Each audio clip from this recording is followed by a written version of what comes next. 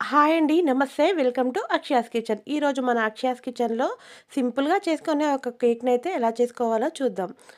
కేవలం ఇంట్లో ఉన్న వాటితోటే చేసుకోవచ్చు. దీనికి ముందుగా ఒక మిక్సీ జార్ తీసుకొని అరకప్పు చక్కెరను, 4 యాలకులను వేసుకొని చక్కెరను మెత్తగా మిక్సీ పట్టుకోవాలి. ఇలా మిక్సీ పట్టుకున్న చక్కెర పొడిని ఒక గిన్నెలో వేసుకోవాలి.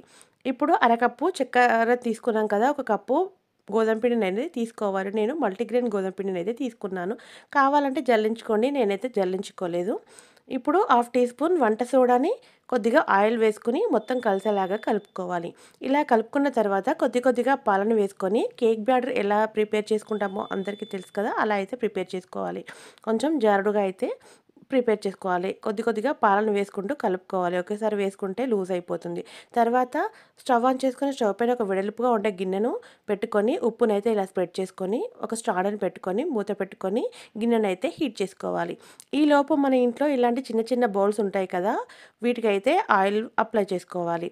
ఆయిల్ అప్లై చేసుకున్న తర్వాత పైనుంచి కొద్దిగా పొడిపిండిని వేసుకొని డస్టింగ్ చేసుకోవాలి. అలా చేసుకుంటే మన కేక్ అనేది గిన్నెకి అతుక్కోకుండా వస్తుంది.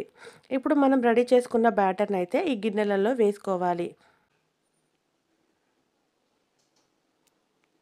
ఇలా పిల్లలు ఎప్పుడైనా కేక్ అడిగినప్పుడు ఇంట్లో ఉన్న వాటితోటే చాలా ఈజీగా చేసుకోవచ్చు. ఇప్పుడు గిన్నె అయితే హీట్ అయిపోయింది.